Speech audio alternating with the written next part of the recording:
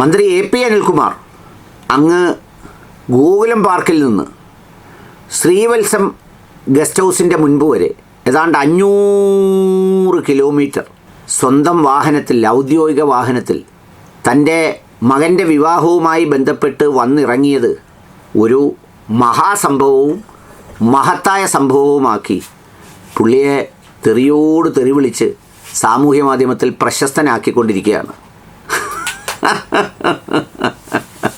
അദ്ദേഹത്തിനെയൊക്കെ സംബന്ധിച്ചിടത്തോളം നമ്മൾ ഈ രാഷ്ട്രീയത്തിലും ബാക്കിയുള്ള കാര്യത്തിലുമൊക്കെ ഒരു പ്രത്യേക അവസ്ഥയുണ്ട്. എന്താണെന്ന് വെച്ചാൽ ഞാൻ എപ്പോഴും പറയാറുള്ളത് പോലെ കുരവള്ളി പൊട്ടിപ്പോവുക, അള്ളൂരി പൊട്ടിപ്പോവുക എന്നൊക്കെ പറയുന്ന സംഗതിയുണ്ട്. അള്ളൂരി, കുരവള്ളി എന്നൊക്കെ പറയുന്നതിൽ പ്രത്യേക സാധനങ്ങളുണ്ട്. അത് വേറൊരു വീഡിയോയിൽ വിശദീകരിക്കാം. അത് പൊട്ടിക്കഴിഞ്ഞാൽ അത് നമ്മളെ അനുഭവങ്ങളിലൂടെയാണ് പൊട്ടുന്നത്. ഇപ്പോൾ എന്നെ സംബന്ധിച്ചിടത്തോളം സൈബർ ആക്രമണം എന്ന് പറയുന്നത് ഇപ്പോൾ എനിക്കൊരു പുത്തരിയേ അല്ല. കാരണം വ്യത്യസ്ത ജാതിയിലും മതത്തിലും പെട്ടവർ, വ്യത്യസ്ത സംഘടനകളിൽപ്പെട്ടവർ, ഞാൻ ജനിച്ചു വീണു വളർന്നു വരുന്ന സമൂഹത്തിലും സമുദായത്തിലും പെട്ടവർ, അതിലെ ഓരോ സംഘടനക്കാരും ആവർത്തിച്ചാവർത്തിച്ച് വിവിധ താളങ്ങളിൽ, മേളങ്ങളിൽ സംഗീതത്തിൻ്റെ വൃത്തവും വൃത്താന്തവും ഒപ്പിച്ച് പറഞ്ഞത് കേട്ട് ഇപ്പോൾ എനിക്കൊരു പ്രശ്നമേ അല്ല. എനിക്ക് ആകെ പ്രശ്നമുള്ളത് ഇത്തരം കാര്യങ്ങളൊക്കെ എൻ്റെ അടുത്തേക്ക് അയച്ചു തരുന്ന ആളുകളോടാണ് എനിക്ക് പ്രശ്നമുള്ളത്. എന്താ എൻ്റെ പ്രശ്നമെന്നറിയാമോ? നിങ്ങളാരും ഇത്രയും നാളെ എന്നെ പറയുന്നത് കേട്ട് ഇത് മനസ്സിലാക്കിയില്ലല്ലോ എന്ന് പറയുന്ന വേദന. ഞാനിത് പറയാൻ കാരണം AP അനിൽകുമാർ ദളിത് വിഭാഗത്തിൽ നിന്ന് കേരളത്തിൻ്റെ റവന്യൂ മന്ത്രിയായി വന്ന ആളാണ്. 6-7 തവണ ഒരു മണ്ഡലത്തിൽ നിന്ന് ജയിക്കുന്ന ആളാണ്. അദ്ദേഹം മത്സരിക്കാനായി പോകുന്ന മണ്ഡലം തോറ്റതിന് ശേഷമാണ് അവിടെ പോയി നിന്ന് മത്സരിച്ച് ആ മണ്ഡലം സ്വന്തമാക്കി ഓരോ ഘട്ടത്തിലും തൻ്റെ ഭൂരിപക്ഷം വർദ്ധിപ്പിച്ച് ജയിച്ചു വരുന്ന ഒരു ജനപ്രതിനിധിയാണ്. അദ്ദേഹം ഒരു അഹങ്കാരിയാണെന്നോ അമിത അധികാരപ്രയോഗിയാണെന്നോ ഉള്ള ഒരു ഭാഷ്യവും ഒരു ചരിത്രവും അദ്ദേഹത്തിൻ്റെ മുന്നിലില്ല, അദ്ദേഹത്തിൻ്റെ ജീവിതത്തിലില്ല.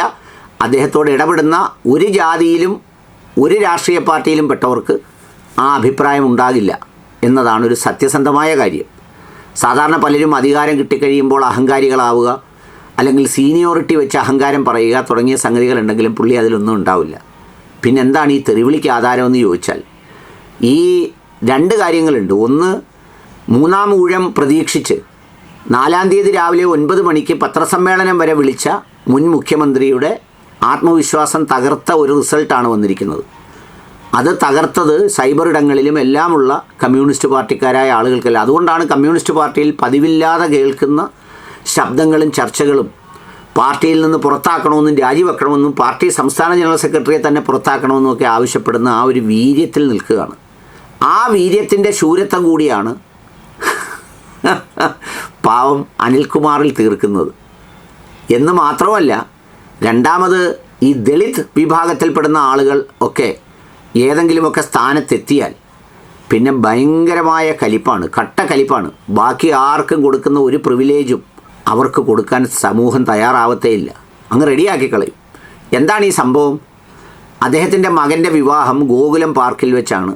അതിൻ്റെ റിസപ്ഷനും കാര്യങ്ങളുമൊക്കെ MLA-മാരും മന്ത്രിമാരും മുൻ മന്ത്രിമാരുമെല്ലാം അവരവരുടെ ഔദ്യോഗിക വാഹനങ്ങളിൽ, അതല്ലെങ്കിൽ സർക്കാർ കൊടുക്കുന്ന കൂപ്പൺ ഉപയോഗിച്ചടിക്കുന്ന പെട്രോൾ വണ്ടിയിലാണ് അവരെല്ലാവരും വന്നത്.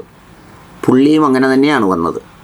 രാവിലെ താലി കെട്ടുന്ന സമയത്ത് അദ്ദേഹവും ഭാര്യയും മകനും കൂടി ഈ ഗോകുലം പാർക്കിൽ നിന്ന് ശ്രീവത്സം ഗസ്റ്റ് ഹൗസിലേക്കുള്ള 500 മീറ്റർ, എത്ര മീറ്ററാ? 500 മീറ്റർ. ചെറിയ ചാറ്റൽ മഴയുള്ള ദിവസമാണ്, നമുക്കറിയാം. ഇന്നലെയൊക്കെ ഭയങ്കര മഴയായിരുന്നു. ഈ 500 മീറ്റർ ദൂരം അദ്ദേഹം അങ്ങോട്ട് വണ്ടിയിൽ പോയി ഇറങ്ങി. ആ 500 മീറ്റർ ദൂരത്തിനാണ് എന്നൊക്കെ പറഞ്ഞ് തുള്ളിച്ചാടി മരിക്കുന്നത്. എൻ്റെ പ്രിയപ്പെട്ട സുഹൃത്തുക്കളെ, നിങ്ങളൊരു ഗ്യാപ്പ് കൊടുക്ക്. നിങ്ങളിങ്ങനെ ആവർത്തിച്ച് VD സതീശനെയും അതുപോലെ തന്നെ AP അനിൽകുമാറിനെയും അതുപോലുള്ളവരെയൊക്കെ പറഞ്ഞാൽ അവരുടെ ഒരു ഗ്രാഫാണ് ഉയരുന്നത്. അപ്പോൾ അതുകൊണ്ട് ന്യായമായി അവർ കുഴപ്പങ്ങൾ കാണിക്കാൻ സമയം കിട്ടും. ആ സമയം വരെ ഒരു അവസരം കൊടുക്കണം. അല്ലാതെ അതിന് ഇങ്ങനെ ചാടിക്കയറി തെറി പറഞ്ഞുകൊണ്ട് എന്താ കാര്യം? ആ മനുഷ്യനും ജീവിച്ചു പൊക്കോട്ടെ.